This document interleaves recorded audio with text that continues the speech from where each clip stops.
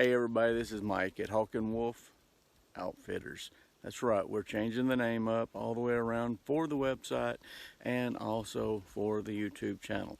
It'll be coming up here soon. I'll give you time to transition for that, so make sure that if you watch this video that you start looking for it whenever you hit the subscribe button. It'll be the same channel. But I wanted to talk to you today about something.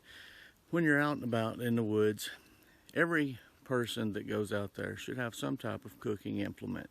Today I'm going to show you how to make a tripod that you've made 1,000 times maybe, but maybe you've never made one. So come along with me and let's get started.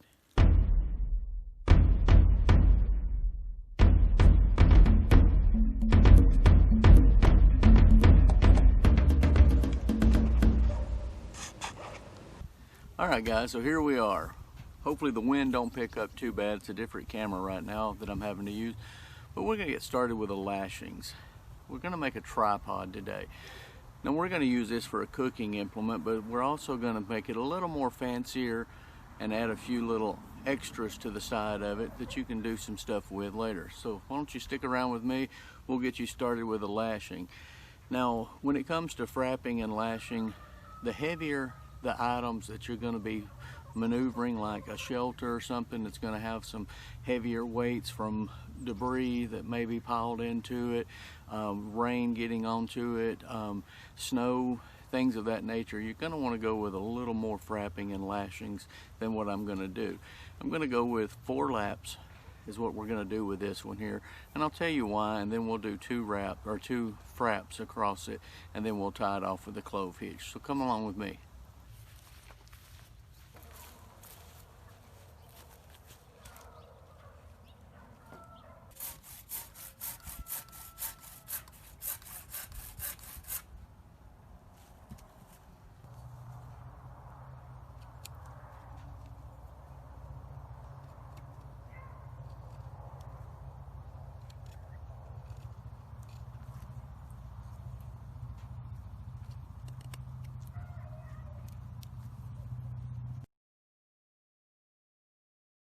You're going to want to start with 3 poles that are pretty even to themselves. They don't have to be super, but you're going to want to keep these things flat. That's the important thing. You're going to want to get these poles as even. Now mine are not the best, so we're having to line these up the best that I can. So a lot of times, depending on the size of the pole that I have or whatever that it is, there we go. Some will taper them off like this. I just did that for you. If you want to taper all of yours off this way, you can. Some people will put them way up here.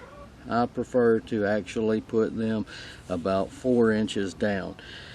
They can slip and slip off. For your lashing, I use bank line. I used this for years, and then I quit, and then I came back to it. In a later part of this series, you'll start seeing why I have gone back to bank line as opposed to paracord. Now this is something other. We're here in the South. We have a lot of fishing. This is just something that was always in Dad's house or in Grandpa's toolbox. You're going to want to start your lashing off on one side, and we're just going to tie it off here. Now it doesn't matter what kind of hook you want to try. You want to do a clove hitch on this, you can. It doesn't matter. You're just needing something that you're going to be able to get started with. Now when you're frapping these, or not frapp, I'm sorry, when you're lashing these, you're going to want to get them as tight as you can without being super tight. We're just going to tie this one on off with a double knot. So let's get them straight.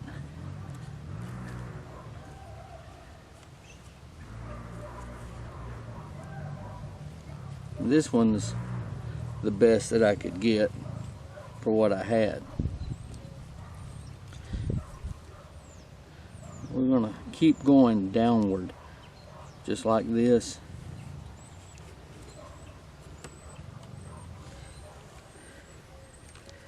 And we don't want these to raise all the way up. You hear that a lot, but it's important not to.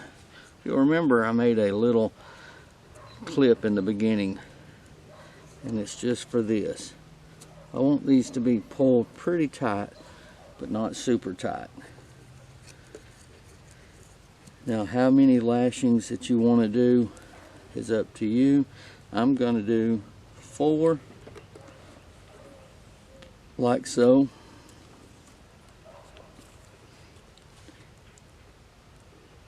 And then I'm going to crank it down with this toggle.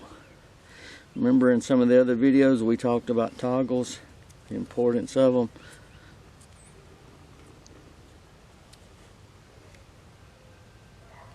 Now, you're not going to want to be crossing over and doing all that. You're going to want to take this, drop it through somewhere that you have an area down in that section. Pull up all your excess that you had. That's a little tight. There we go. Now it's going to be binding against its backside. Now, as you see, the knot, those little tiny pieces of sticks that we've talked about in other parts of this series, it's important that you don't just throw all your resources away. There we go.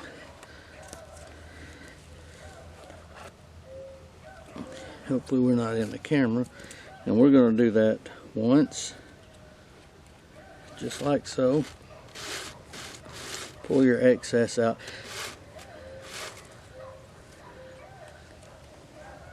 And that becomes your first frapping. Notice how it's tightened that up. It's going to tighten it even more in a minute. Couple of little wraps around the toggle. Give it a pull. There we go.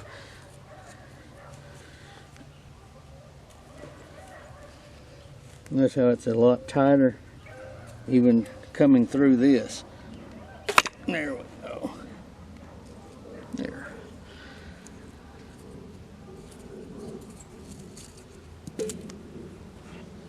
Now, this will make the second frapping.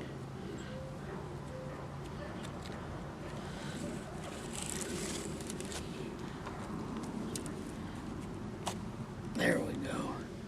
Now, that made 2.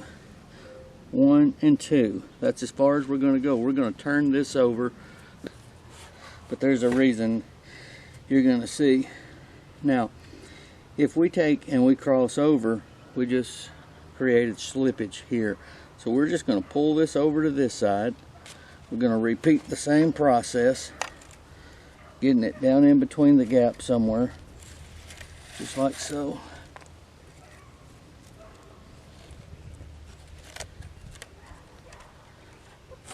There we go. You're going to keep that tight right in here. And if you notice up in here, it's tight in there. Toggle it again.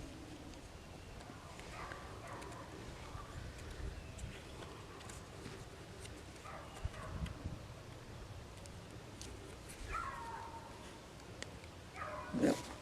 It's the boot time. There we go. Same process. That created the first frapping. We're going to go right back in between that hole.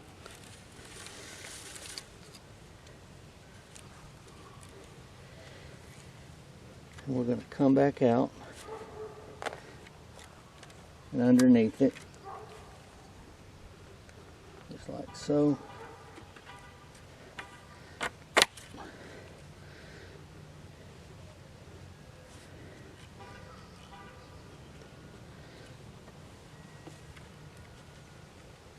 Got hung under there.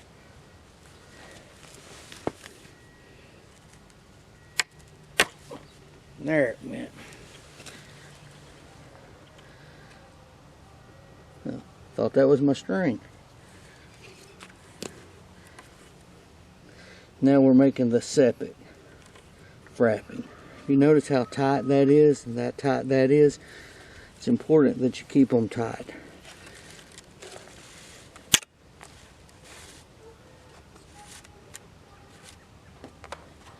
And this makes my second one.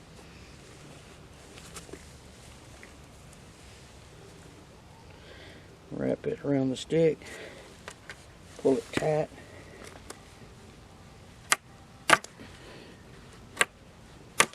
There we go. Now for the important part. We have passed through, there's our second frapping. We're just going to bring this just like this.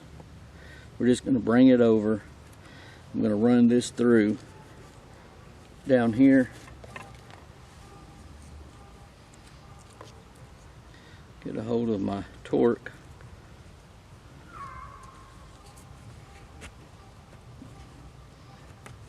Oops. Slipped up on it just a little bit, but we'll pull it down. There we go. Now, we're going to need to make an X in this.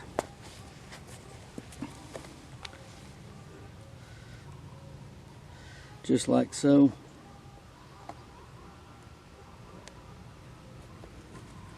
I'm going to try to get this to come up through here.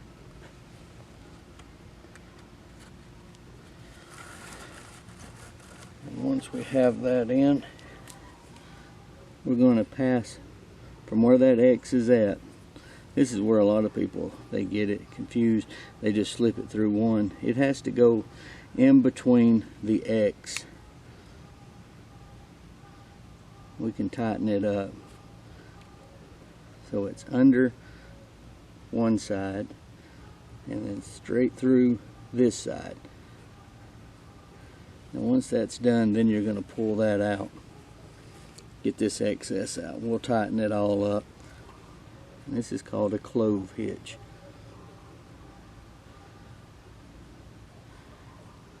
And what it's going to do is it's going to pull against itself. You want to get it nice and tight. Crank it down.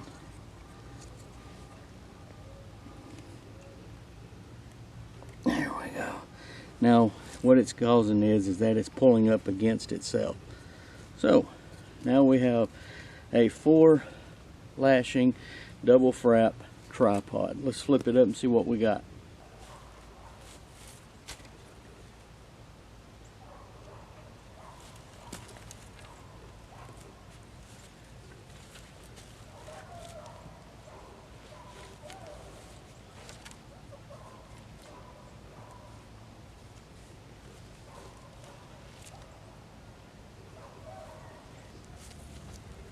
Remember the excess string? Notice how it pulls in and it's always pulling against the frapping. Well guys, here you have it. We have a nice long string. She's hanging right down through the center. Now this is not the end of this tripod system.